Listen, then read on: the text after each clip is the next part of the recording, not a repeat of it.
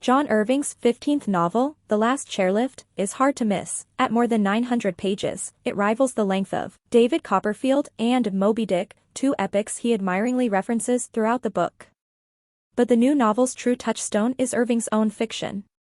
Indeed, the contents of a chairlift may be so familiar: a fatherless son, a headstrong mom, wrestling, the writing life, a mute woman, a transsexual friend, that at times it feels like a reboot of his 1978 classic, The World According to Garp. But the world has changed since 1978, and Irving has made a few tweaks to the narrative. First, as the book's bulk suggests, is its scope. Ranging from the end of World War II to the Trump era, the novel follows the life, family, and romantic failures of its novelist hero, Adam. He aches to learn the identity of his father. But his mother, a ski instructor at a Vermont resort, isn't telling. Connections. The issues we have, a cousin tells Adam, are all about sex. True, Chairlift is largely about sexual connection, which is sometimes played for laughs, especially around Adam's awkward early experiences. "You never screw someone in a cast, sweetie, you just don't," he's told after a bedroom injury. Sometimes it involves more conventional matters of infidelity. But Irving is also seriously targeting 6 or so decades worth of sexual suppression and demonization.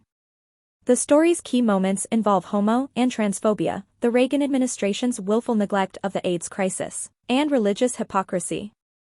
In every era, being outspoken against those forces makes characters a target. A fair amount of blood is shed across the novel's pages. Within that broad theme, Irving weaves in a few additional ones.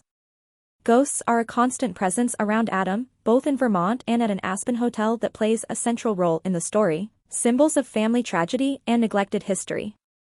Death, too, is always lurking, as Adam mulls his responsibility to himself and others before he loses them. A line from Moby Dick keeps him centered and somewhat optimistic: "Death is only a launching into the region of the strange untried." But if a chairlift centers on the big stuff, love, sex, death, it also feels oddly small.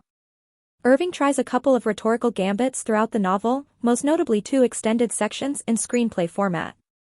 Still, Adam's essential quest is straightforward, and the novel's bulk only thins out its urgency. A book half or even a third of its size could have done the job more powerfully. There are moments, though, when Irving's old magic emerges, his wit and fearlessness around sex, and his grasp of the wide ripple effects of intolerance. There's more than one way to love people, kid 147, young Adam is told early on. If Irving keeps hammering that point over and over again, it's because he's collected years of evidence that some people never hear it.